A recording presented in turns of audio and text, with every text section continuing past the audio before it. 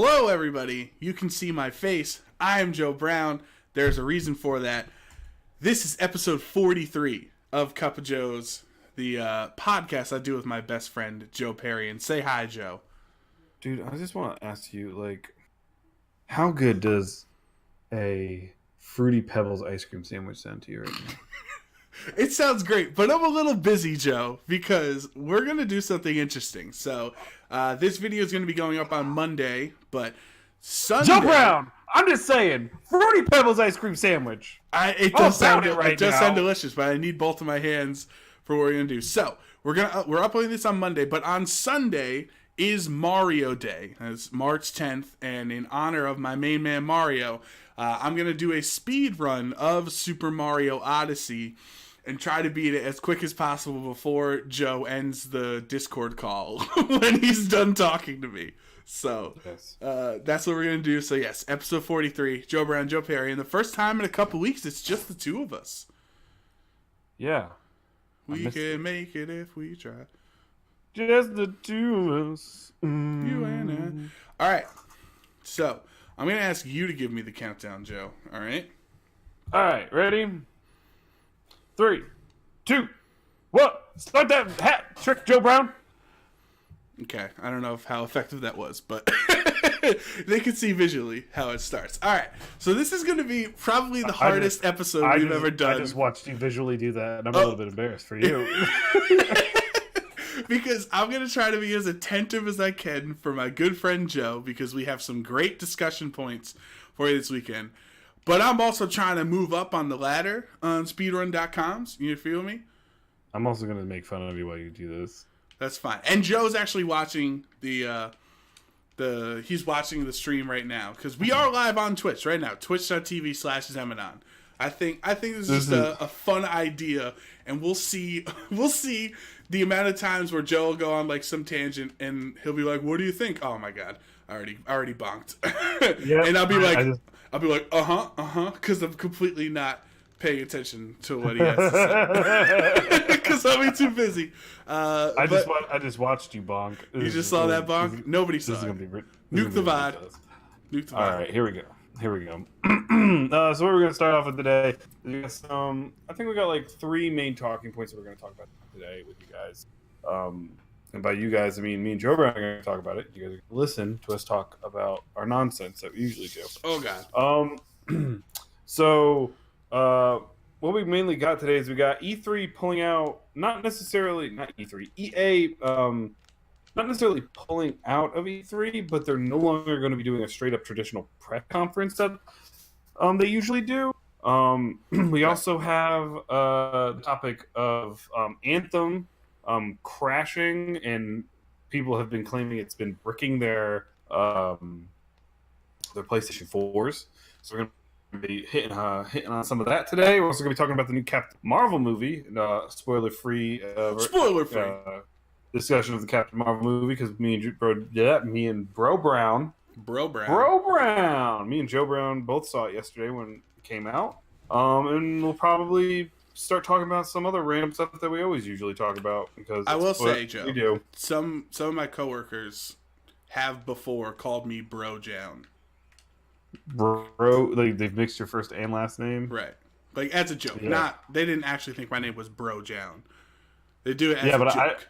I just called you Bro Brown. I didn't even put the J elsewhere. Nice killing that bunny real quick. Oh yeah, aren't I 5 seconds behind or something on your stream? Yeah, I honestly Twitch used to be really far behind. It used to be 15-second delay or something, and I'll give them credit. Yeah. Now it's a lot better. It's only 5 or 6 seconds, I think. Cool. All right. Anyway, let's kick it off. Let's talk about this. Let's talk about EA kind of taking it away from E3 this year. So pretty much, I have an article here from Polygon stating that EA will be returning to their usual EA Play experience they have across the street from EA. E3. There's a lot of E's in this discussion. There's too many E's, yeah. It's too many E's. So we have E3 happening in June, and EA Play is also happening in June. They usually do it around the same like time that The E3 is Sunday happening. before it starts. Yeah, yeah, they're doing it the whole, I think, the whole weekend before it starts. They're doing it. It's like gonna kick off on the 7th, and it's gonna end on the 9th. So pretty much what's happening is EA is not going to do a press conference during this time. So instead, they will be live streaming some of the ePlay experience. So we won't be getting the whole "this is what EA is bringing to your consoles and your PCs this year." Instead, we're just going to get several different live streams of EA, of people playing EA games, because they made a statement saying we're skipping the press conferences this year and we are replacing with multiple live streams that will air during the first 2 days of the event. They're going to bring. They state that they're going to bring more of what you've told us you wanted, more gameplay and insight from the teams making the game. So I don't know who kind of said that.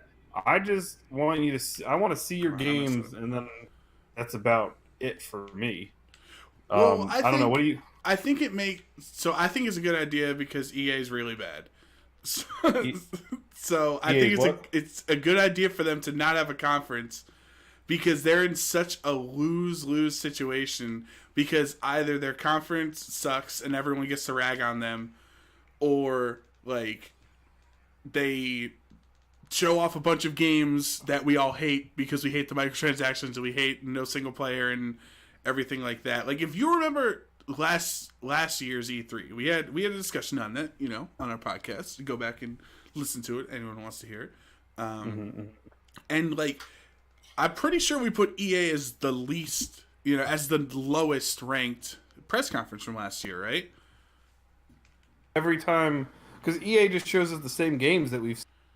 Right, the Battlefields and Battlefront, and then like they had the Star Wars guy come out and like sit in a chair in the audience and tell us they were making a Star Wars game and didn't show us anything, and they said like, see you next year. Like, it was just so weird, and was that Star Wars? I thought that was Respawn who did that. They're like, hey, we're working on that was the next Star Wars game. Oh, so okay. Obviously all of these press conferences are for investors or whatever. Like, that's not just EA, but they feel the most out of touch with the gaming audience out of all the conferences each year. So they feel like the ones where they really are just there for the investors.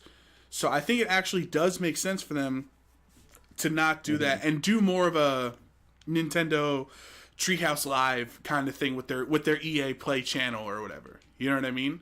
Like, just but like here's some Star Wars videos, here's some whatever. Like, that's what it sounds like they're doing to me, right? Like, they're putting a live stream up and showing off games instead of doing a conference.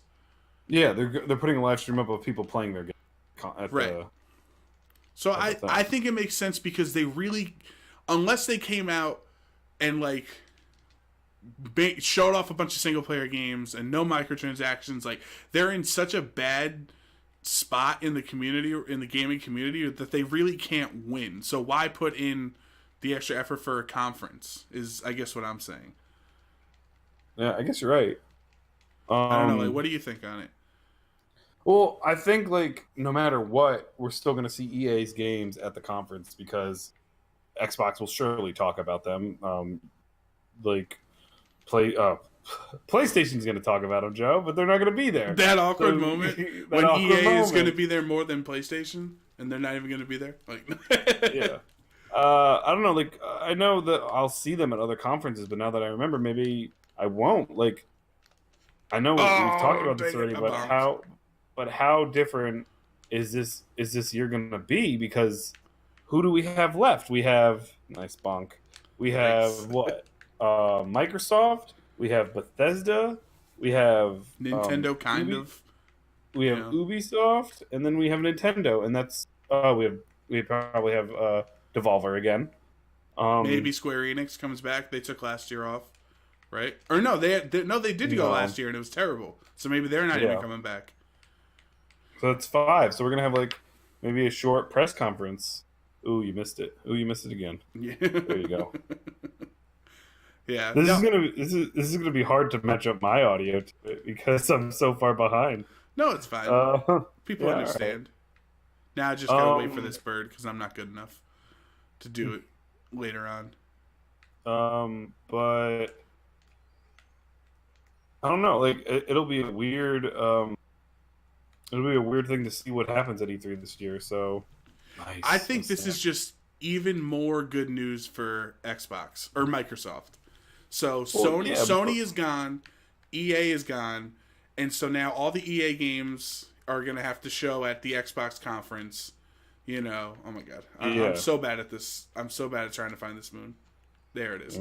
I can tell. So like they're just winning even more. Like they're gonna be there. They're gonna beat the messaging against Sony because Sony won't have a voice at E3. They're gonna show off the new Xbox console. They're gonna have like 50 games. We're gonna get release dates for Halo and Gears of War, and you know all this stuff. Plus all those third-party games like Cyberpunk has no choice but to be at Xbox because PS4 is not there and EA is not there.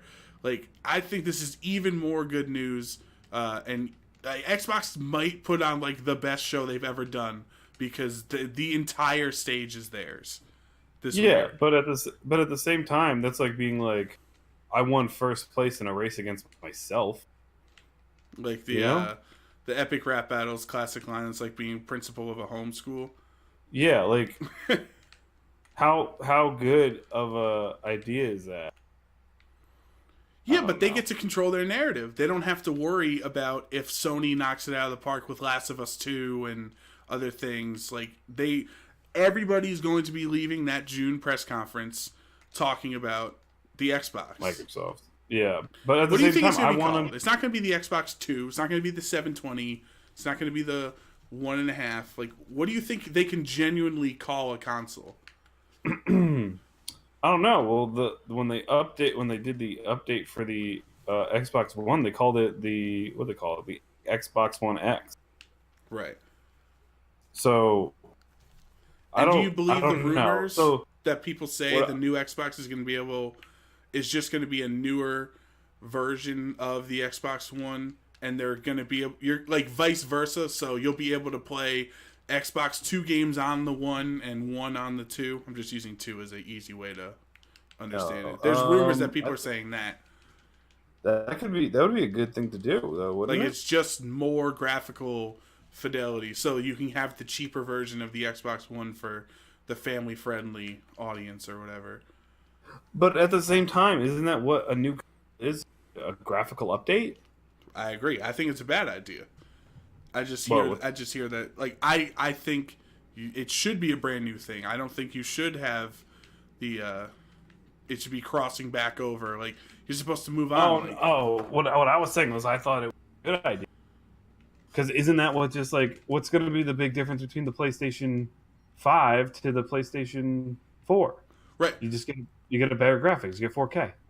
So what I'm saying is that there are rumors that if we just call it the Xbox 2 for easy conversation, that you can play Xbox 2 games on the Xbox One and Xbox One on Xbox 2. But that's so that would be like playing. That would be like if you could pop a PS4 disc into your PS3, which is not possible. Yeah, but what I guess what I'm saying is like, it'd be going towards like what PCs can do. Like, right, I can play any game on my PC if it meets the standards of that game. That's like the hardest trick for me in the game. Like it's not even hard. I'm just literally terrible at it. Did you see me? Did you get it? Yeah. I don't know what you're talking about. I just was the bullet bill and I just got the moon on the little island thing. I'm terrible at it. It's not even hard, but you did a good job. Proud of you. But I thought that might be a good idea if they do that. But at the same time, a new console would sound nice. I don't know exactly what the next step is. Like I know 4K is starting to become a dull thing to have, so maybe they're moving towards that thing. I saw something about 8K or something. I don't know too much about it. Can our eyes even pick up 8K? dude, our eyes, I don't even think can pick up 4K. I think we barely see it. Yeah, we barely like pick it up. Anyway, but it's gonna be a big like change in the conference and the conferences and how they're set up now. But we'll see a new Xbox. I think we're definitely gonna see that, and then Sony's gonna do their own thing. And we're gonna see a new PlayStation, but they're not gonna be out for another 2 years. Right. I honestly, I think Xbox might be out like 2020 or something. Like I think they might get the jump because they're so behind. Yeah. Like they might take that risk. Maybe they'll just make a better. Wait, did you not fight the rabbits in that level? No, you don't have to. And where'd they go? Because in any percent, you just need to collect the minimum amount of moons for your ship to start working again. So any percent, you don't have to fight. So there's called any percent, and then there's world peace percent, which is you beat each kingdom correctly, so that there's world peace in each kingdom. So that one is a little bit. I think it's only like 20 minutes longer or something than any percent. But this one, like you get to just save a bunch of time because you don't waste it on long boss fights and stuff. And yeah, I just thought about this, Joe. But apologies to whoever our one Podbean listener is this week. Yeah, sorry. My bad. Come check out the YouTube video. We apologize. Yeah, we have other people listening on the podcast. Yeah, on the podcast. I will say our last couple episodes, we've been killing it, man. We have well over 30 episodes with our friend Adam talking about Pokemon, and then our Kingdom Hearts and Resident Evil discussion. Like, so we're getting some good viewership here. So thank you to everybody who's coming back every week to listen. Yeah, thanks. But let's not talk about our own brand right now. We're talking about podcast. Okay. All right. Anything else you want to talk about with this E3 backing out? Only gonna be doing. What else do you want to talk about? I really like the discussion with Microsoft. Like, because they've already stated that Halo Infinite is going to be there. Like, do you think Halo Infinite's a 2019 title? Are they going to wait for this Xbox 2 or whatever? Like, have it as a launch title? What do they do with Gears of War? Like, I'm genuinely fascinated as someone who has not owned an Xbox One and stopped at the 360. I'm genuinely fascinated as to what Microsoft is going to do in the next gaming console generation. I am too, but at the same time, a part of me is just like, people who like Xbox. Like I like Xbox, and I'm going to continue to play on the Xbox. Like, right. Even though I have all the systems, I mainly play on the Xbox, and I more play on the PC. So that's just something that I continue to do. But like, I don't like that there's this war between consoles. Like, I don't think that that's what should happen. I think this is. Oh my God! Come on. We've created the way this is like happening. I feel like we've created a nice job killing yourself, Joe Brown. Yeah, that was forever. Don't watch. We've created this like weird stigma towards each other, saying, oh, like PC Master Race or Xbox is the way to go, or PlayStation 4 is the best, or whatever. It's like, dude, we all like to play video games. Why can't we just, hey, we play games. I like games. You like games? I like games. Do you like games? Yeah. Dude, like, somebody at work to me said I like turtles today. This is now 2 I like turtles references in one day. What is going on? I just feel like it's silly, because why do that? Like, we all play these games to enjoy the content that they bring to us. Who cares how I play it? I know it comes down like more of a marketing ploy for like them to sell their consoles and all this other stuff, but like for the gamers who do it, it's like, just choose your preference and let's just do it. Let's just play these games and have fun. Like, it shouldn't be this all out war against each other.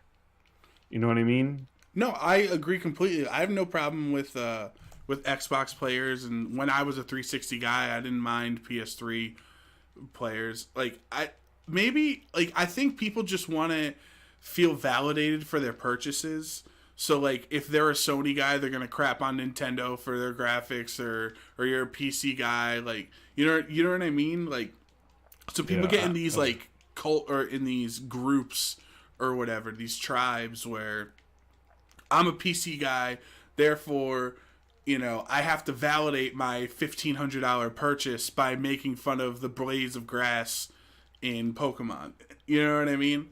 Like, even if you don't believe it, you kind of are, like, telling yourself to make it seem like it was a viable purchase to spend all that money on it. And the same with Nintendo, you know, if they, you know, rag on Anthem or something like that. And the same, like, I just think it comes down to a pride thing more often than an actual graphical difference or which console exclusives there are. I think it's a lot to do with pride of your purchase. Yeah. Hey, Joe Brown, can you do me a favor? Yeah. Can you step it up and stop losing time on these runs? Go, bro. Oh God! I messed up. I messed up that boss fight with Rango, as you saw, and that's the big time loss early on. I have a couple of spots here in the game where I know my bad runs were. So like I know where I can get some catch up on time, but I don't think I'm going to PB in this, but how awesome would it be if I did PB? That would be pretty cool. That would be pretty cool. We're just doing it to celebrate our man Mario's day. That's all. Yeah. Wait, so yes. did you just ask me something? I feel like you just asked me something. Or no, I just learned about pride. So what do you think about that opinion? I get it. It's like I understand that, but I feel like it just causes more of a divide between like gamers and stuff like that. Like I don't know. Yeah. I guess the same thing happens with like sports, not sports teams per se, but like with sports leagues. Like people who love the NFL, like will bash on the NHL or MLB, and like and vice versa. So it's like I get that. It happens in sports games too, right? Think about like if you play NBA 2K on PS4 or Xbox, or if you play Street Fighter on PS4 or PC, like Android and iPhone, right? Like people like fight each other all the time with, you know, whichever smartphone purchase you have.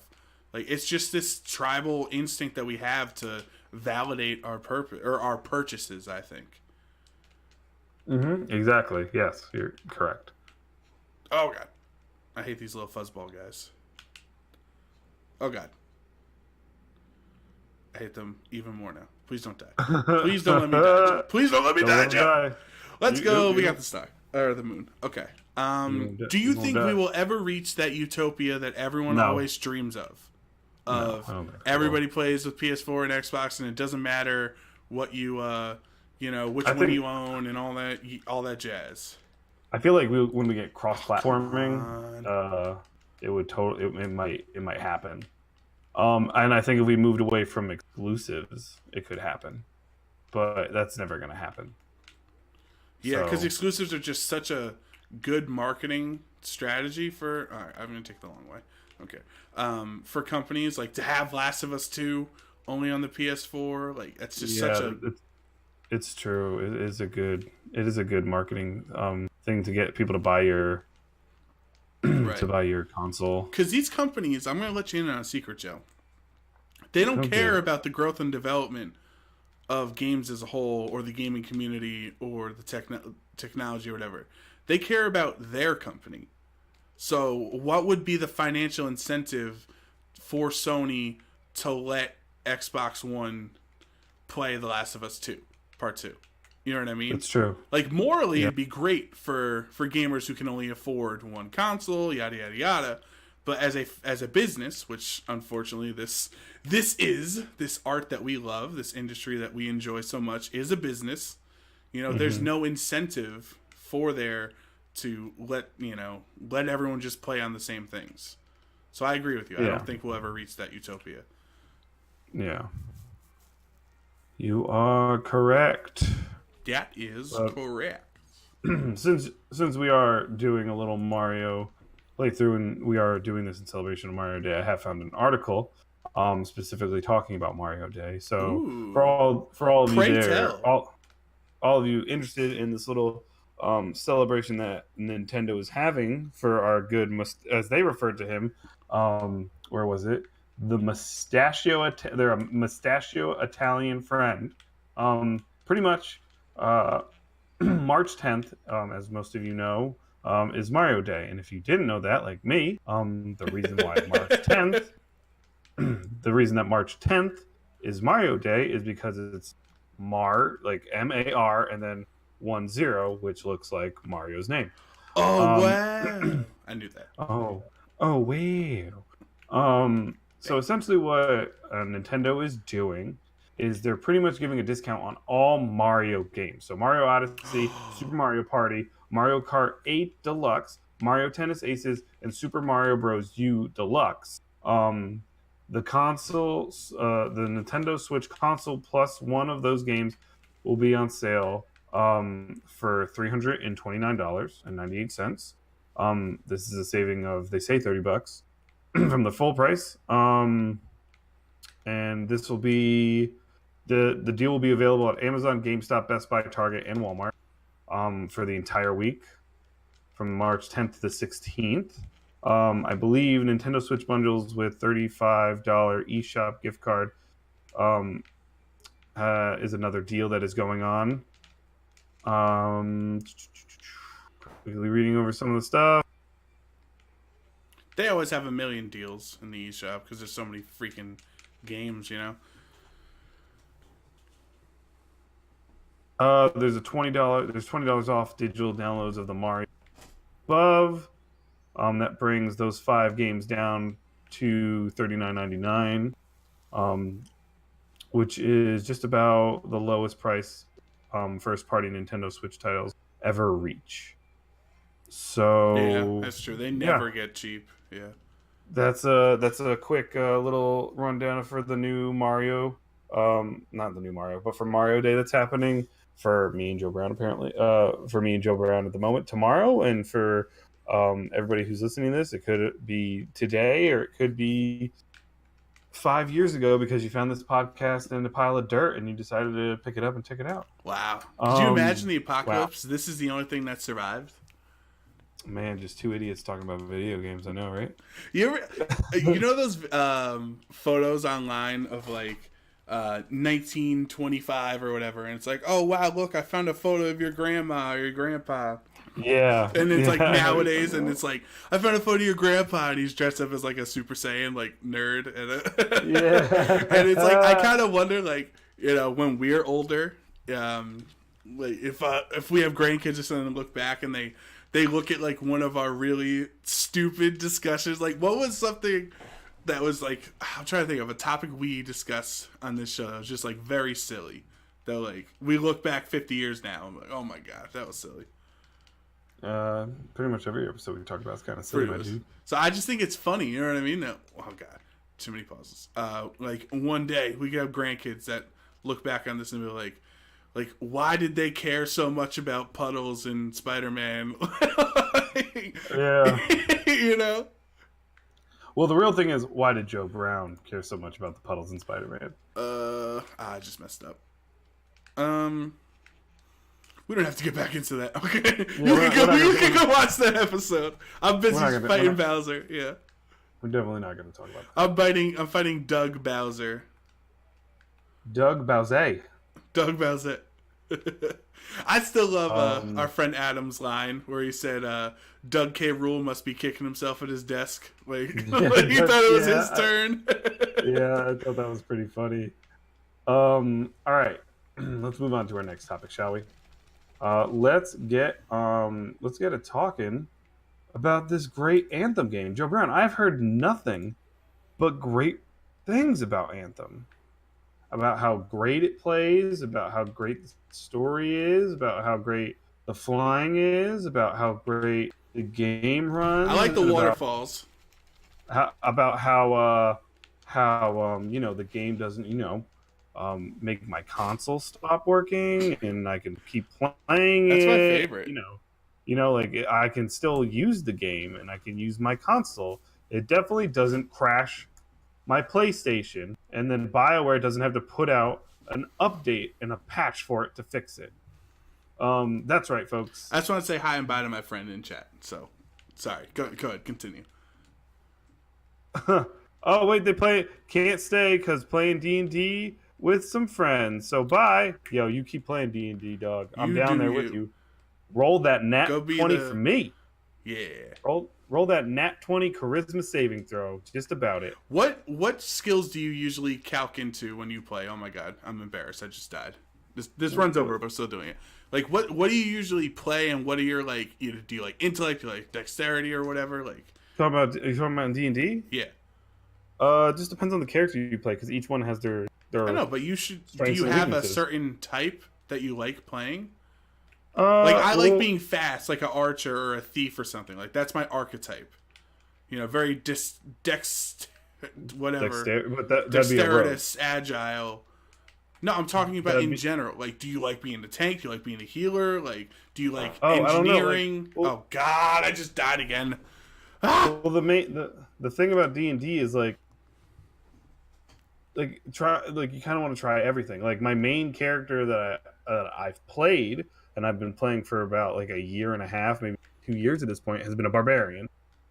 So like I'm playing him for a long time and I've been using him, so like I'm used to playing him. But I also DM, so I play a lot of different other characters too. Like Right. I like to play magic users as well, but I'm so used to playing a barbarian that I'm not used to like the squishiness of those characters. So it's just a little getting used to. Like it's fun. Like but the main thing is like that's kind of the difference between D&D and video games. Is video games you mainly pay attention more to like um the story behind it and like using your certain abilities to, well, I guess not really, but like in D&D there's a much like bigger aspect to it where there's role playing, Right. like live role playing, and that adds like a whole other thing to it that kind of just like it's just a different thing. Like they're like I don't know. I like to try a lot of different things. Oh my God, it's so bad. Stop. I think you just need to stop the run. No, it's too late. It's too late. Now, It's and the worst part about this is if you like die, you have to do all the steps again because the bird yeah. will come and steal Cappy. Yeah. I'm embarrassed. Anyway. But yeah. Anyway. Yeah.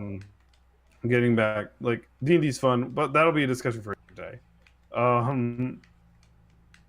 But essentially, There's no way. There's no way. What am I doing wrong, Joe? I don't know. I haven't even gotten to that part. I'm trying to segue into this Anthem discussion. Well, I'm playing very badly, and speaking of performing badly, Anthem. Got him. There you go. You're welcome. Got him. You got me. Thanks, man. You are so over your. I'm watching this time build up. It's so bothersome. You're Anyway, OCD. so if you haven't heard by this point, Anthem has not been doing that great. People have not enjoyed the game as much as BioWare was hoping people would. It also seems like as of recently, that people have been having trouble with their PlayStation 4s of playing this game.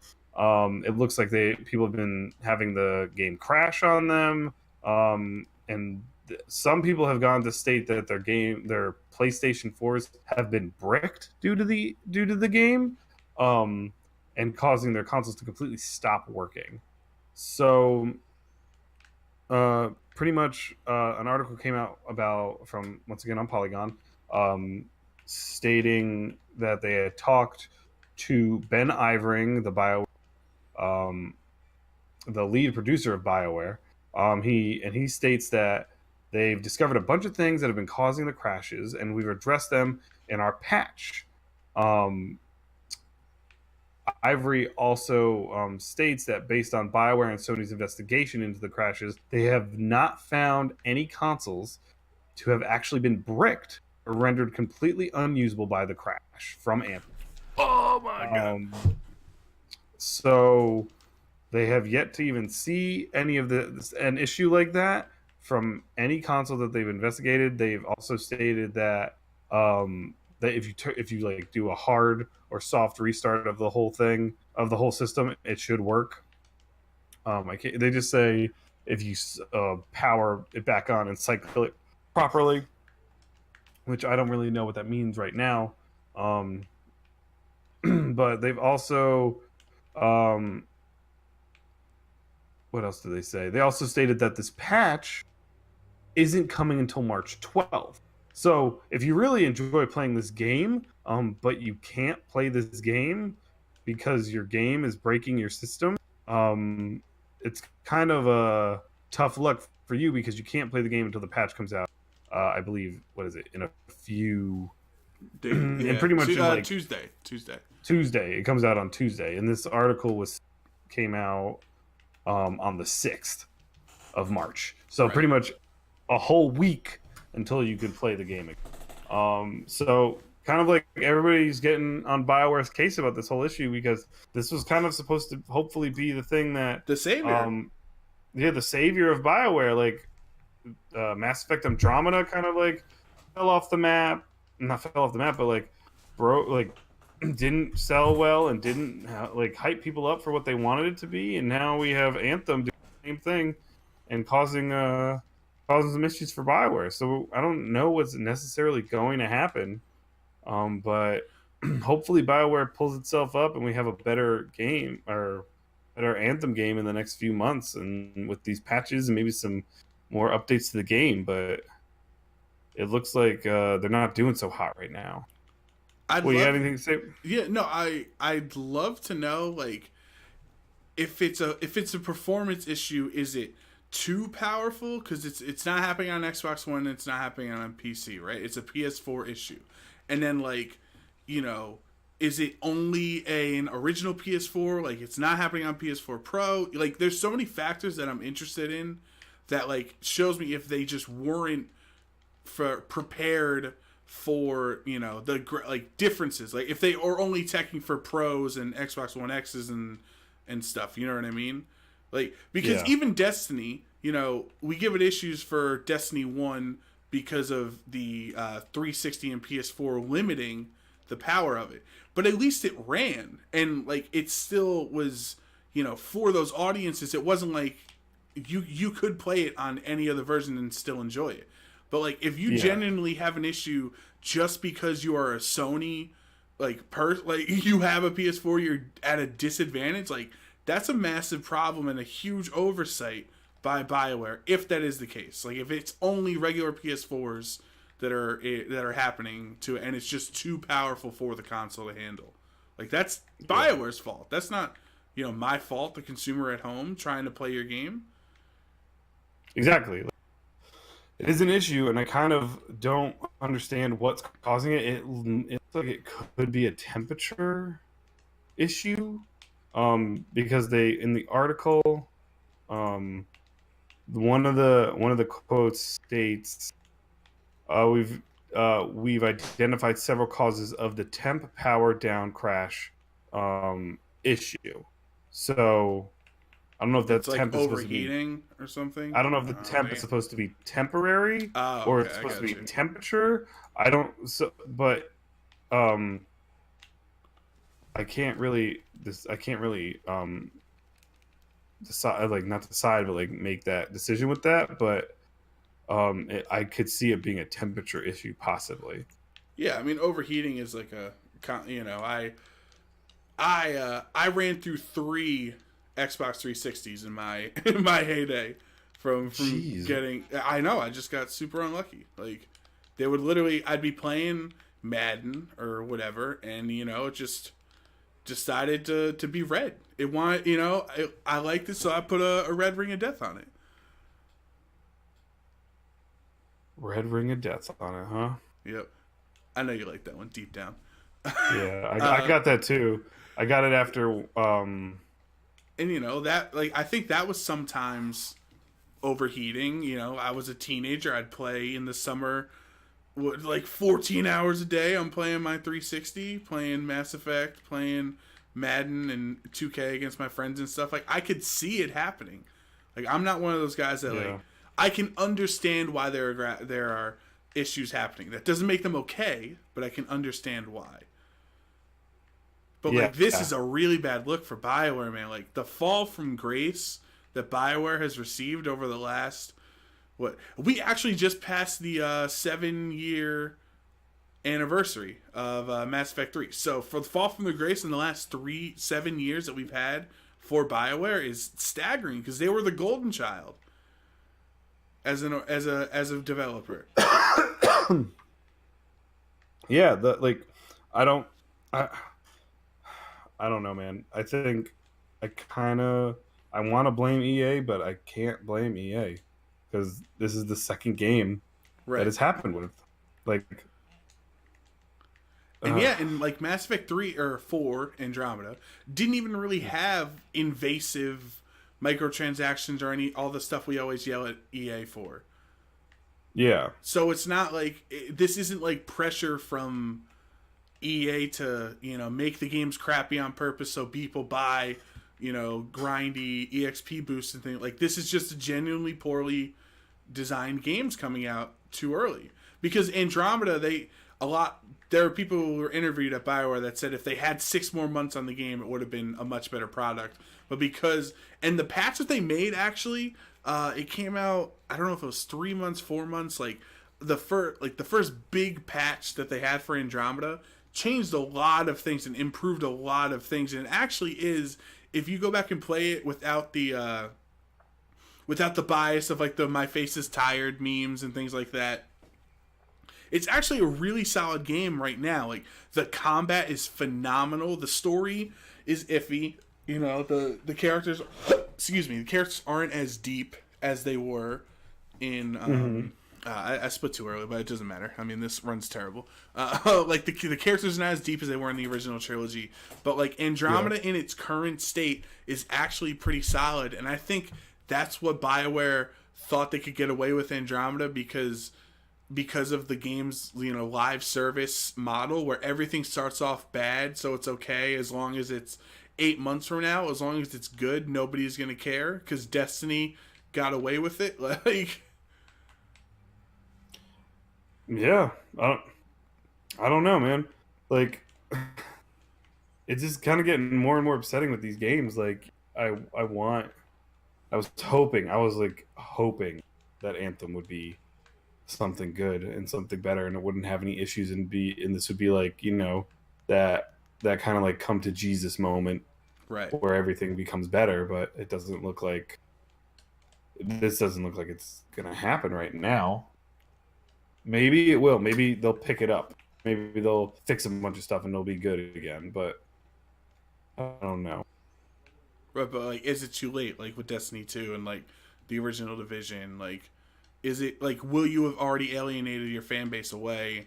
And so even by the time it gets good, nobody's going to be there to enjoy it. Is my worry. Yeah, I guess you're right.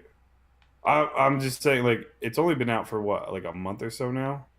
Yeah, not even. Yeah, well, almost. I guess if you're EA Access or Origins, it was February 15th. Yeah, I guess what I'm thinking is I'm next few months, so it's not too late. Yeah, I don't know. I just had a bad vibe, honestly, from EA's press conference from E3 last year, because it was like the showcase game, and we hardly got anything on it. And like there was like a lot of art and things that showed up, but like it really didn't go too in depth. So it's just really disappointing because for a long time BioWare was like that was like my Triforce of of developers was like Naughty Dog, BioWare, and Square Enix, and like the only one that has not let me down is Naughty Dog. Is Naughty Dog? Yeah. So it just sucks because BioWare was this beacon, for lack of a better word, because that was a big aspect of Mass Effect 1 was the beacons, like nice of American, or I guess North American because they're Canadian, like Western game developers that can compete with Japan and all this stuff. And like, how many chances do you get? Like, do they have any thing after Anthem? Will EA let them, or did they just close them down like all those studios that were making the Star Wars games? Do they get a third strike? Or maybe they get to do their own thing. Maybe they can go out and be themselves. I don't Maybe. know.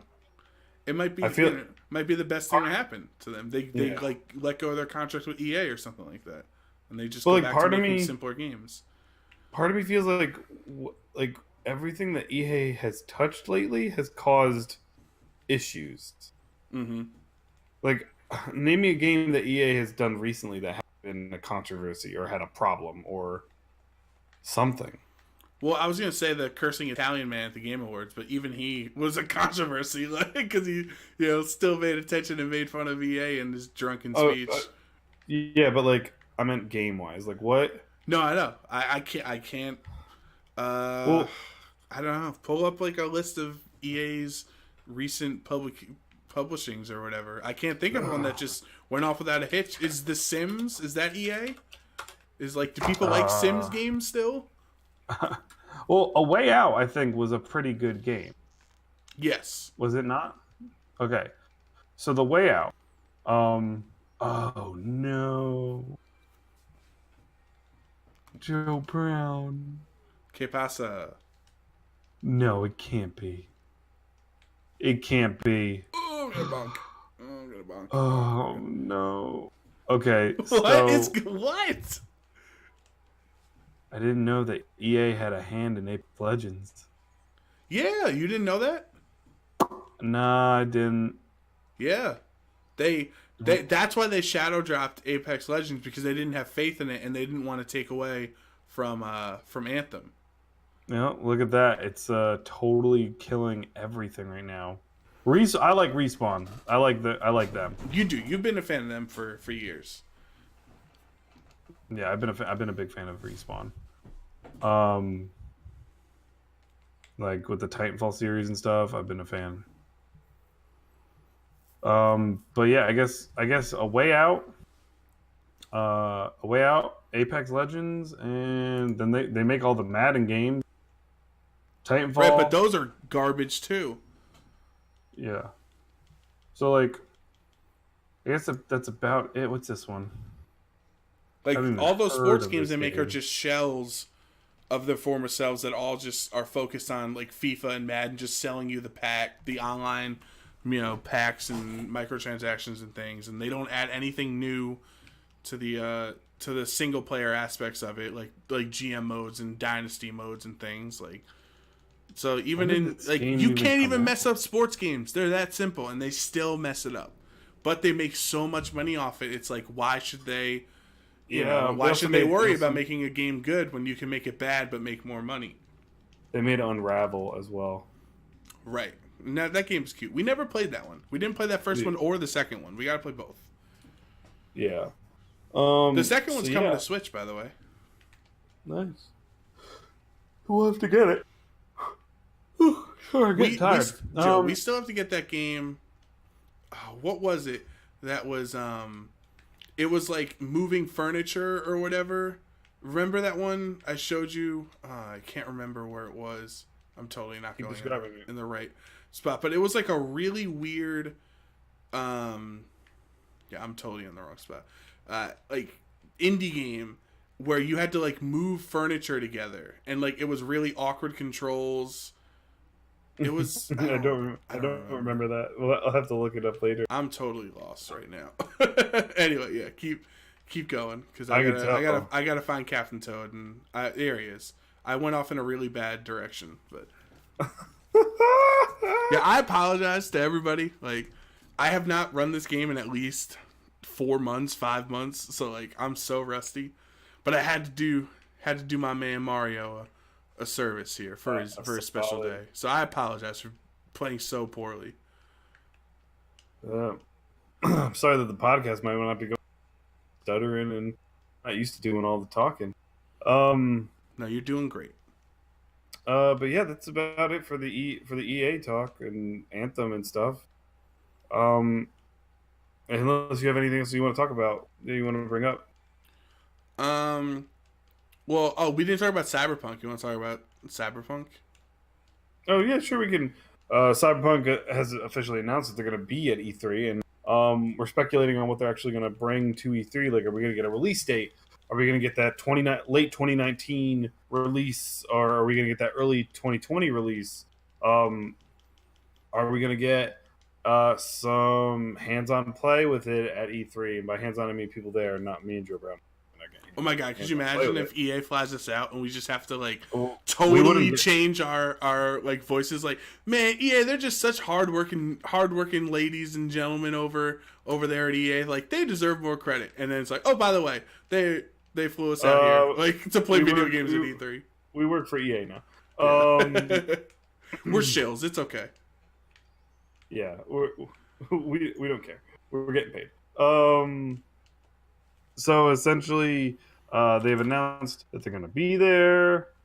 And we're just trying to figure out what they're going to show off. Like, we're definitely, hopefully, getting a trailer or some more gameplay, some more insight into the game.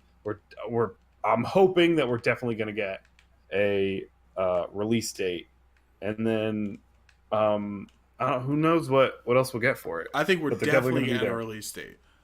Yeah, for them to announce, like the video was like they replied to somebody on Twitter. Like, I watched a video today, and like someone asked if they're going to be, and like, we are definitely going to be at E3 with like, you know, exclamation points or whatever. So for this far out, for them to already know that they're going to have a presence at E3, like, we're definitely getting a release date. The question is when, because this holiday season might be more stacked than like the previous years, and they've all been really stacked. If like The Last of Us Part 2 comes out, if Halo comes out, if what's the crazy Kojima game, if that one comes out. Oh yeah, that's definitely coming out soon. Right. Like, then we got the new freaking Pokemon, man. I'm pumped about it. We can't talk about it on this. We already talked about it on the last episode. That's fine. Oh wait, well, did you see that Nintendo or Pokemon trademarked the name Armored Mewtwo? Oh no! Right, and remember we talked about those armored thing. I think this is where I go. Yeah, those armored evolutions or whatever. We talked about them being able. I didn't know if we talked about armored, but we definitely talked about them switching between defensive and aggressive. Right. So there was a 4chan leak. So take that as what you will. Oh no! They already busted that. The one with armored Charizard, armored Mewtwo, armored Flygon. No, they busted the one for the evolutions. Oh yeah, no, that was nonsense. But yeah, in the same guy on 4chan that said the games would be called Sword and Shield, he said there would be armored evolution. He didn't say what it meant, but Pokemon examples he gave were armored Mewtwo, armored Charizard, and armored Flygon, and then etc. And then literally, oh my god, I almost died. Either yesterday or 2 days ago, Pokemon trademarked the term armored Mewtwo. I don't know. People think it's related to, remember they're remaking the old Mewtwo movie, and he has metal in his body in the beginning of it, so people will think like Joe Merrick, who runs Cerebi, who's like, you know, the biggest Pokemon site, for anyone who doesn't know. He said like that me. I thought you knew. It's fine. It's fine if you don't know. It's like I don't know, whatever. It's like a big news site for Pokemon games and information. He thinks it is just related to the remake of the Mewtwo movie, and it's for toys and purposes because they can sell, you know, versions of the metal Mewtwo. Well, we'll just have to wait and find that out, because I have no idea. So actually, let me get back to Cyberpunk, because I'm sorry I took you off. Whenever I think about Pokemon, I go crazy. So back on Cyberpunk, and we're not going to finish this run. Don't worry, I'm just playing it out, you know, as we're discussing, so people have something they can enjoy. Like, we're not going to sit here and go through the whole game. But so I watched a video today where they talked about how long the game has been working, and they compared it to other games in the same genre, like GTA 5 and things. And when they first announced The Witcher, or showed it off, The Witcher 3, excuse me, and then that release date. So last year, Cyberpunk had a exclusive like invite only demo or whatever for people to play Cyberpunk. Remember that 48-minute video that we discussed earlier, last year?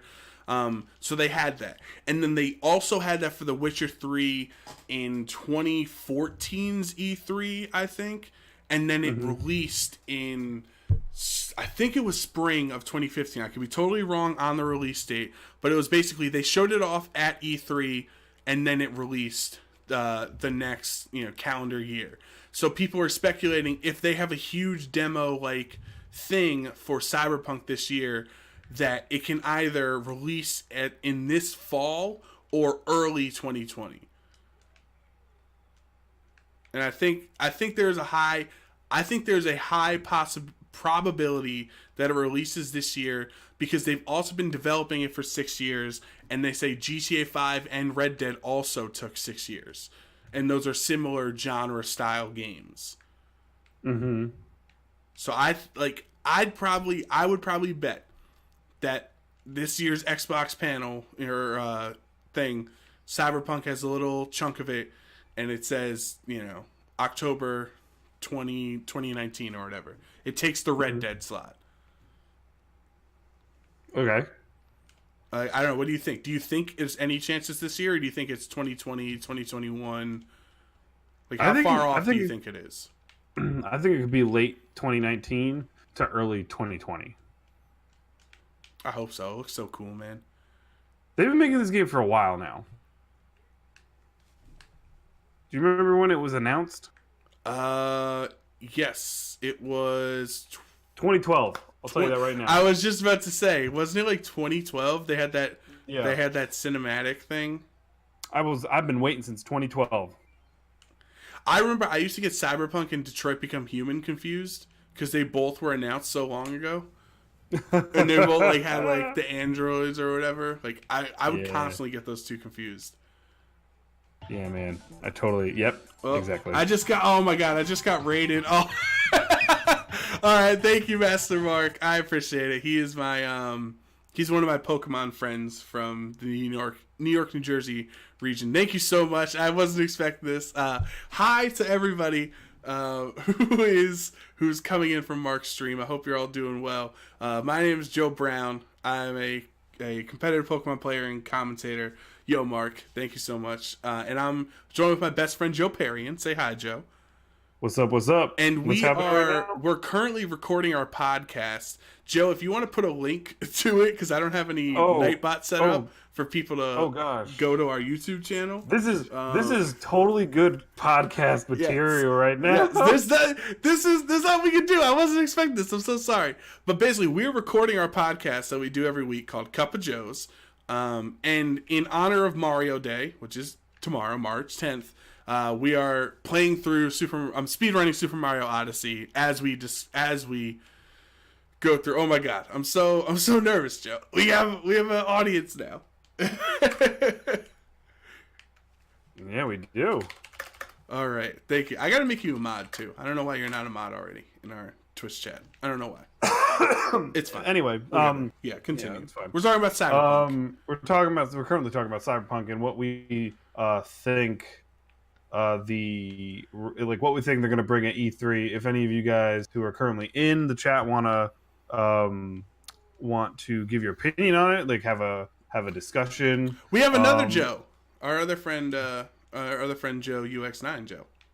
Joe UX9, what's up? This is a good time. We got a bunch of Joes. Definitely a bunch of cup of Joes. I also missed the moon, so that's cool. That's fine. Keep going.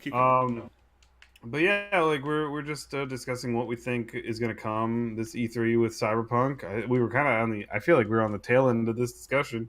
But yeah, I think we're definitely getting a release date, and we're definitely going to see some more. I'm hoping we'll definitely see some more gameplay, and I'm excited for it to come out. But yeah, what do you think, Joe Brown? Do you think we should move on to our last and final topic?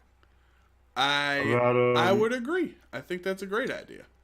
All right, let's talk about let's get this talking about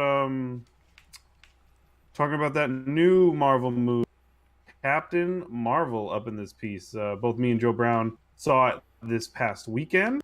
And by weekend, I mean we both saw it yesterday. Yes. Um, and what are your thoughts about it, Joe Brown? What did you?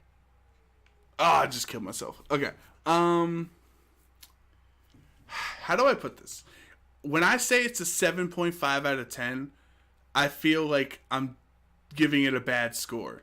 But I think there's just so many Marvel movies that we've had recently that are so good, like Black Panther and Homecoming and Infinity War, that I feel like this does not hold up to those same standards. And it comes off as me saying it's bad, and it's not. It's still a very fun movie. Like, I had a Yeah. lot of fun. I was entertained. But my main issue, for them to slate this movie a month before Infinity War comes out, Endgame. Sorry, we just had Infinity War. I'm an idiot.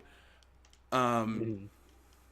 So for them to do that, and then for the teaser trailer at the end of Infinity War to be Captain Marvel is the hero that's going to help us beat Thanos, and have her movie in no way, shape, or form related to helping us beat Thanos is a huge letdown for me. It's fine, it's an origin story, it's fun, but that's not why I went to see Captain Marvel this weekend. Okay, so here's my other question. Sure. If they had done it like this, we get the new Avengers movie before we get the Captain Marvel movie. So we see Captain Marvel like whoop Thanos and save the universe, and the Avengers storyline kind of ties up, and then we find out a backstory about her. Would you have been more willing to see that happen? 100%, because this movie, it's a nostalgia to the 90s or whatever. It takes place in 1995. It never leaves the 90s. And we're having spoiler-free discussion. We're not going to talk about anything important, so don't worry if you haven't seen it. But, like, the movie stays in the same time period. So this didn't need to come out before Endgame, because it doesn't, do anything. So I 100% agree. I would have, or I don't know if you agree with me. I say yes to your question, that I think I would have received it better if we got her origin story after we saw her in action, the same way we got Black Panther's origin story and Spider-Man's pseudo origin story after we both saw them in Civil War. Yeah. So we already got connected to the character, we already started liking him, and then we're like, all right, now we want to learn more about them. This is how they work. So what do you think? Yeah. I thought it would have been a good idea to do it that way, but also I enjoyed the movie. It was fun, but I also feel like they really rushed it. I feel like they had the mindset of we need to get this story out to talk about how we need to talk about this hero that we haven't really showed off yet, but we've alluded to in the movie, and we need to make sure that people know who she is and what she's doing and what sorry all this other stuff about her. But so they rushed like a story, an origin story of her, because I feel like that they could have done a little bit of a better job of doing her story, by not necessarily throwing us directly into her when she has all the powers, but instead show us what she was like before she got the powers and lead Right. us up into it. But this did also they showed a few other things that kind of led to more of a different side of like the Avengers that we haven't seen before. So that was quite interesting. I'm just confused. Like, am I crazy? Didn't they start Shield after Iron Man? Because Samuel L. No, Jackson worked for Shield in the '90s here, but didn't no, Coulson come no. up to Iron Man and say, "Hi, I'm from the whatever, call us Shield"? Yeah, but he had been working for Shield. Like the thing that started with after Iron Man was the Avengers Protocol. He Okay, had, he had planned the Avengers Protocol, but it officially became in effect after that. okay. Yeah, I was confused with that. Like, I So don't yeah. know. This movie, it adds it adds some plot questions. I won't say holes because they are kind of going at like they keep adding and changing things in every movie. So I won't call it a plot hole. Some of the issues that I saw, but they definitely changed some plot points dramatically with how we get to certain events in the other movies based off of what happened here. And it's so hard to talk about without spoiling, but I hope you kind of get you picking up what I'm putting down. Like some of the things that we thought we learned from Captain America's first movie and the first Avengers, and how different things came to be, like turn out not to be what we thought it was. And now I have more questions than I had before they filled in this, this missing link. I guess I don't catch what you're putting down right now. So like I'm trying to remember. One of the big important items that are from Infinity War that plays a role in this, and we kind of thought we thought we knew how we got that and where that came from and all that stuff, and then it's brought back up in this. I'm trying to keep it as broad as possible. I know what you're talking about. Yeah. Yes. So like it just seemed like it tried to make connections to the rest of the series. I think the thing, but just added questions. It's true. Yeah, it did. But we did get a character that was in. We got a couple in this one, which I thought was fun and interesting. I'm sorry, we got a couple what?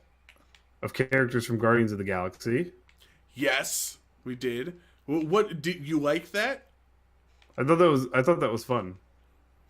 Okay. No, I didn't inherently not like. I just thought, I don't know. It just seemed kind of out of place a little bit.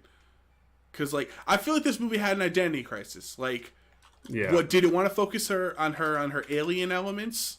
From off as a Kree or whatever, which is what the trailers show us, or did it want to focus on her human elements? And it really didn't do either of them pretty well. Like. A connecting thread in a lot of Marvel movies is like what it means to be human, and it's okay to be human, right? Like in Guardians of the Galaxy 2, when Kurt Russell is like, but if you defy me, you'll just be human. And he's like, and what's so wrong with that? Like, so there is a huge theme in Marvel movies on like being yourself and being human and that being good enough. And she didn't really have a defined, like, is it better for me to be Kree? Is it better for me to be human? In my opinion, at least. Like, I didn't feel like they really talked about that too much. I think there was something at the... They kind of do it near the end where they state something about it. And I thought that was like a perfectly good thing. They did have a good... I felt like there was a plot point that led to it. Okay. But that'll definitely be a discussion for when we do a spoiler-filled episode, because I feel like we can't. This movie had a lot of stuff that was put into it that we can't really talk about without giving away certain aspects. So maybe we should. Right. We stop it there. Treading lightly. Yeah. Well, what about my man Samuel L. Jackson looking great? Whatever CGI they went for, he was looking he looked like it did not Pulp even Fiction. Look. He did not even look CGI. It looked it looked perfect. Like it looked like it was just him from 25 years ago or whatever 1995 is. I mean, close to 25 years. It looked perfect. And I really liked their chemistry together, him and Brie Larson. Yeah, him and Jude Law and Brie Larson. I was like the characters' chemistry. I was like, this is like, I don't like this. This feels very like a love-hate relationship. Right. I couldn't tell if he was a mentor, if he was a lover. Like, I didn't like it, but the relationship between character like Nick Fury, I was like, this is a good one. I like this. This is fun. Yeah, they had a lot of good banter back and forth and one-liners, which like Marvel movies are, notorious for their one-liners and witty banter. So, I also learned that this was their third movie that Brie Larson and Sammy J have made together. So they do have a lot of Really? like inherent chemistry because they've worked together so much. Oh, I didn't know that. What other movies have they been in? So they were both in Kong, the new Kong from last year or a couple Mhm. years ago, whenever that was. And then they were in this movie called like Unicorn something. I don't know what it was. It was recent. But I just saw one of my friends at work showed me. They're like, and like it was very weird. So I don't know what that movie is, but it is the third movie that they have done together. Okay. So they had I really like their chemistry and their like, I don't want to be cliche and say buddy cop aspect, but that's what it was. It was kind of like their buddy cop aspect, trying to beat up the Skrulls coming in, invading Earth and stuff. And this was like, I liked how this was the spark for Nick Fury to understand there's bigger threats out there. You know what I mean? So I liked how they added that aspect of it, because like you can understand why he spent all those years leading up to Iron Man in 2008, like building up this thing to get ready for the big fights. Like I liked that element of this movie. Yeah, it was a good one. I liked it. I think that's gonna be it for us this week. I think we've covered all we wanted to cover, and you're doing horrible on your run. Yes, I'm not going to finish this run. That is. Can we at least let me beat the dragon first? Nah, I think we got to cut it here, my man. Okay. You're just gonna. I'm gonna beat the dragon. as you close it out, Joe. What's your favorite Mario game of all time? What? What's your favorite Mario game of all time? You can close it out. I just want that answer. I think it might be 64. That's a solid was a fun choice. game. I got Solid nothing. choice. I got nothing against Mario 64. Yeah. But anyway, I have been your host, Joe Perry, and always accompanied with me is my good friend, Joe Brown. And this has been another episode of Cup of Joe's. And we'll catch y'all next week as Joe Brown loses to this dragon probably once. No, I'm amazing. Almost there. This is the only Game of Thrones talk we're gonna have all week. Get it? Because he's a dragon? I got it. How did that thing get back on his head? That don't make no sense. Man, ask Reggie. Well, I guess ask Doug. Ask Doug. That is not as fun as blaming Reggie for everything. Doug. Or we can just be like, ask Bowser. Yeah. Oh, here it is. See, this fight's actually pretty free. I'm not gonna lie. Like, I don't think I've died here once actually in a run. I died because I wasn't paying attention because it's so easy. You know what I mean? Yes. Here we are. Oh no, I took damage. It's almost like that was intentional. Okay.